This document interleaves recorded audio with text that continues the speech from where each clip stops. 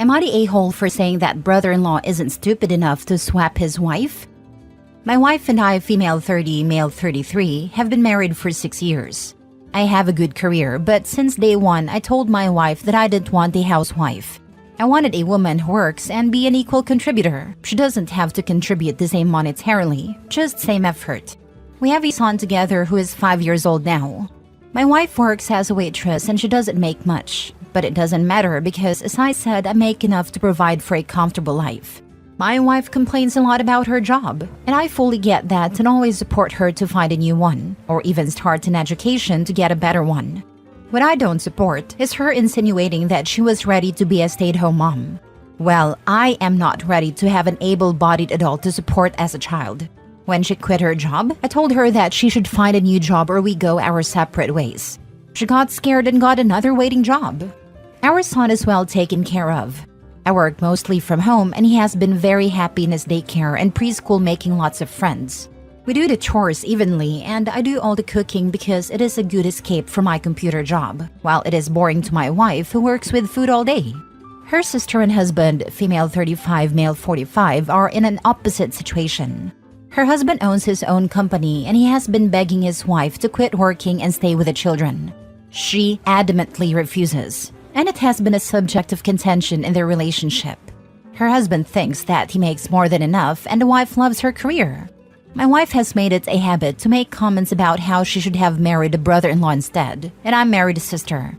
I made it clear that it wasn't funny, especially when it is in the company of her sister and her husband.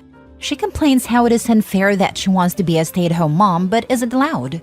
Last time, it was on Saturday, we were invited for dinner with her sister and her husband. That's when my wife started complaining about her new job, and her sister and husband were very sympathetic. Then she said, "We should just swap spouses here. This is so unfair that I am stuck, and my sister doesn't even know how lucky she is." I was very angry and said, "Well, only an idiot would let your sister go." Everyone chuckled but my wife, and husband said, "Yeah, I would be a moron to let a woman like this go," and kissed his wife. My wife became very silent afterwards and she hasn't spoken to me since. I think I hurt her, and honestly, I think I'm done because I'm exhausted. Your wife was being manipulative. You shut the shit down, let her pout. Then tell her you will absolutely not tolerate manipulative behavior going forward. Or be done now. Either way, her behavior needs to be in the past. OP's wife better wake up or she'll find out what it's like to be a single parent rather than a stay-at-home mom. If she thinks her life sucks now, wait till she's a single parent.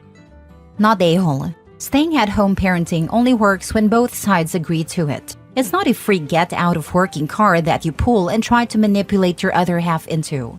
In addition to the crap she pulled with a brother-in-law, which is pure disrespect, while the other three at the table, simultaneously insinuating that 1, brother-in-law would have picked her over his wife, 2, that his wife/her sister can be easily replaced, and 3, that her husband, OP, is just as easily replaced for someone with the ability to let her stay at home and be a freeloader. Your response may be harsh, but she deserves it. Not the a-hole, but your relationship is unsustainable as you want different things. Outside of couples counseling, this wedge issue will grow. Lol at wanting different things, she doesn't want to work. What's she realistically going to do? They can split up and she'll be a single mom. Yeah, that'll be less stressful. She might find a man who wants a housewife, and OP would be paying child support and alimony since she earns probably a lot less. I think OP and his wife shouldn't have married because they wanted different things from a partner. I mean, they can't change the past. They're in this situation now. All that can be done is to try and find a compromise to stay the course or go their separate ways and deal with the consequences. People don't know what they don't know, and they probably didn't marry knowing they'd be at this standstill. Edit/mini update. Thank you everyone. You have provided me good perspective, and I didn't expect so many replies. The majority seem to think like me, so I'm glad that I am not completely off the rocker. I have been thinking about my situation for some years now, and I don't remember when I last was happy. Every time I approached divorce, she would promise to start looking for schools and change careers. It will probably happen now too, but we need to rip the band-aid off this relationship. Neither is happy. We don't have alimony here, and no child support since our son will have divided time between us. She will have to find a new job or work more hours at her current job to provide for herself until she finds/if she finds a new provider. But that won't be my problem anymore. I am done. Thanks. Next story. Am I the a-hole for thinking that my younger brother does not deserve to have 50% of the family business? I'm 30 years old. I've been working at my family business since I was 13 years old, with about 3 years off from 20 to 23 years old to other jobs and then return again. So about 14 years in total. I work every day about 5 hours to 16 hours shifts, average 60 to 70 hours a week, except for January and February that are almost totally off because of off-season. My brother is 22 years old, going on with his studies, and has not worked even 10 days in total because my parents love to spoil him, and has just started an unpaid internship in IT through my connections. My mother and father are 50% owners each, and I get paid as an employee even though I have many bonuses and investments they made for me. Most of my decisions in the backroom are taken by me. And I also take care of almost everything, such as meeting clients, finances, web management, social media posts and support, email support, driving, etc., etc. My mother just told me that when she'll step down, her 50% part of the business is going to my younger brother. I think this is totally not fair. I told her that about everything else, I accept everything to get divided at 50%, but just not for the business. Especially because there wasn't any help coming from him building the business, and won't be any help coming from him in the future, and he'll still get the 50% cut at the end of the day? I love my brother with all of my heart, but I think this is unacceptable. My mother is now really mad at me for not accepting her terms, and I told her that if you go on this way, I'll just start my own business today, and you can do what you want with yours. I would greatly appreciate your thoughts and advice on this, guys. Thank you so much for taking your time to read and reply to my post. Not a-hole, and I would say it's better to start your exit plan and stop any help you give them, including your brother. Anything they do conditionally will have no value. I would even ask for all benefits denied due to unrecognized work during the time you supported them as a child to be restored. If my sacrifices as a member of the family do not give me a greater share than those who did not sacrifice, it means I was just another employee, and therefore deserved a corresponding compensation. Moreover, I would suggest you tell them you will not discuss any terms unless it's with a lawyer, your own labor lawyer or their business lawyer, ensuring you receive a fair part of the business effectively, not just promises. This reminds me of the dad who gave the business to his other son, not the one who spent years in the company and had the knowledge to run it. Think they were electricians or something similar. Get yourself away from the sinking ship and back yourself. Don't devote your life to something they just give to your brother. Not a-hole. I remember that one. I think they were plumbers or electricians maybe. The son left and started his own company while the golden child ran dad's company into the ground. Dad and golden child assumed the son would just keep going and not care that he got screwed. I remember that one. I felt really bad for the guy who started his own company because his family treated him so poorly. But while I felt bad for him, I just didn't feel badly for his family when their business tanked. You abused your main employee. You can't be truly stunned when they leave. And that was one of the most horrible things I think I've read a family doing to somebody in a long time. There was another story where OP worked his way up the business and didn't go to college, while his brother studied business management. When the brother graduated, the parents gave him control of the business. The OP resigned and started his own business in the same field. Within a few years, OP's company flourished, while the brother ran the business into the ground, mostly because he lost clients due to bad decisions and they moved to OP's new company. Then his parents wanted him to give the brother a partnership in his company, but he refused and offered the brother a job as an employee, in a lower position and at a starting salary. I think the brother refused, and the parents were angry. Next story. Am I the a-hole for not ordering food so I wouldn't have to split the bill?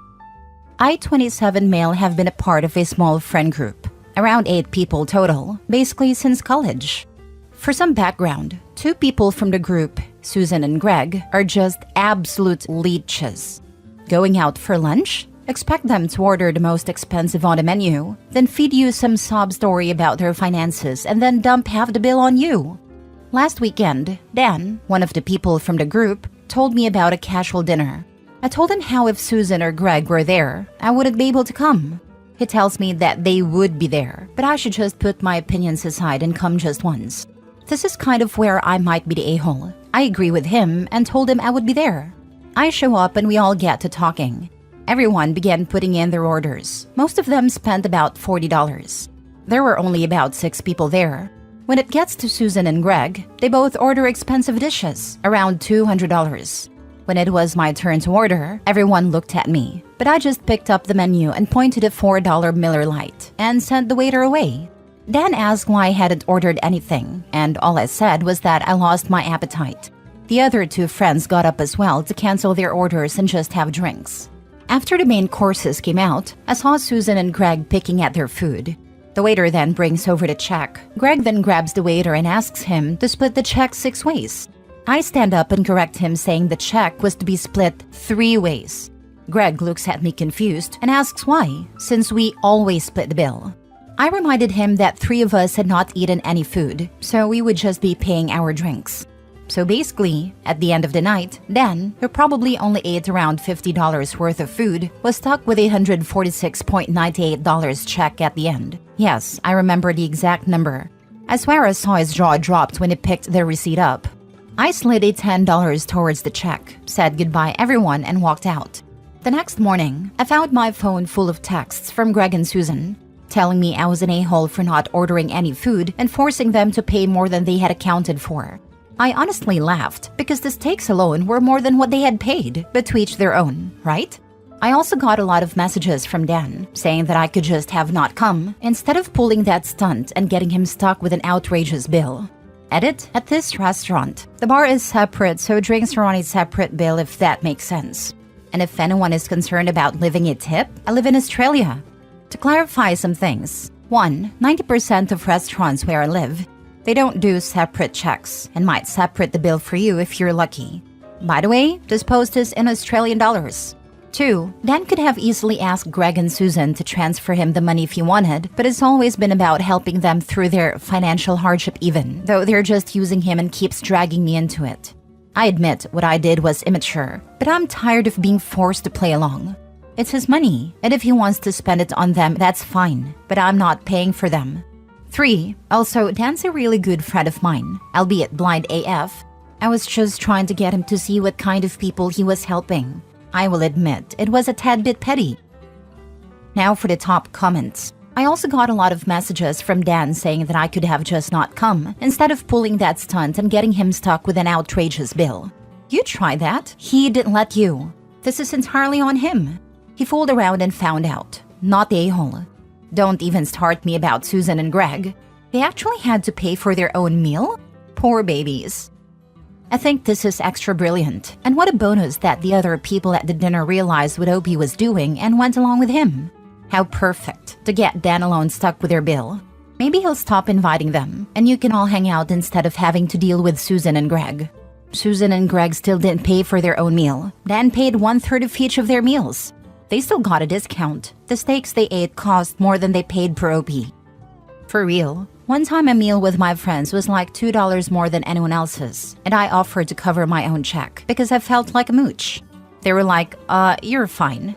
I couldn't imagine ordering that much food and expecting everyone to cover your bill. This is hilarious and a smart overdue move. No prizes for guessing what Dan will order next time. Last story.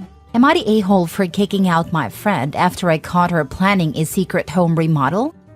So I inherited a house from my dad a few years ago. It's a 3-bedroom place in a nice neighborhood where rent usually goes for about $2,500+ a month. Since I don't pay rent but have to cover upkeep and insurance, I figured having a roommate would be a good idea. One of my close friends who works from home seemed like a good fit. I did the math and decided $800 a month would cover everything comfortably. When I offered her the room, she asked if she could pay $500 a month for the first few months until she got settled in her new job. I agreed because $500 still covered the bills, and I wasn't looking to profit off her. A few months in, she started acting really weird. She'd constantly send me out of the house, to the store, to pick up her boyfriend, to get coffee for us, but she never wanted to come with me. I thought it was odd, but didn't think much of it at first. Then things got really suspicious. She was always video chatting when I wasn't around, and I caught glimpses that looked like she was talking to construction guys. One day, I snooped and found texts between her and several renovation companies asking for quotes to remodel my house. She was saving money on rent to secretly plan a home remodel in my house, which I did not approve of. She even tried gifting me a week's stay in Vegas a few weeks ago, probably hoping I'd leave so she could start the remodel. I told her I don't like to leave for that long, which now I'm super glad I did. When I confronted her, she swore she wasn't actually going to go through with it, but I don't believe her. The texts and video chats were pretty convincing, and I saw my address in every quote. I kicked her out because I couldn't trust her anymore. Also, haven't spoken since she left. My house has a lot of sentimental value to me, and I love its antique charm. I'm so glad I trusted my gut and stayed. So, am I the a-hole for kicking her out? Why would you do that? Claim part ownership of the house because she invested in it? This is exactly what I thought. Yeah, assuming she did. Not only could you sue her into oblivion, you could probably also sue the construction company for not checking ownership status. Paint and cosmetics or whatever. Knocking down a wall is a huge no-no. You are the owner, but she is a tenant. I'm just a tenant, so I can't alter my place. Considering that she was attempting to do it behind your back, you made a correct decision. If she had talked to you, perhaps you two might have decided on anything to modify or nothing at all. Not a-hole. Check your credit, check the deed to your home. Get cameras, and if you saw the contractor's name, call them and let them know you are the owner of the home and never approved of any work. She's doing this because she wants to claim that she made a substantial investment and now she's a part owner. Kick her out. She made or attempted to make alterations to your house without your consent. Also, please tell me you had her sign a lease, even if it was a basic template from online. Either way, go to a landlord/tenant lawyer and get this sorted out right away. You have no time to waste here. So let's say she was going for that and wanted to stake in equity. OP takes her to court as well as the contractor. The first thing a lawyer would ask is if the renter ever got written permission of any kind. Then they would ask the contractors if they have confirmed ownership. Since both of those would be no, she would lose and probably be sued to revert it, and the contractors would have a huge asterisk in their records.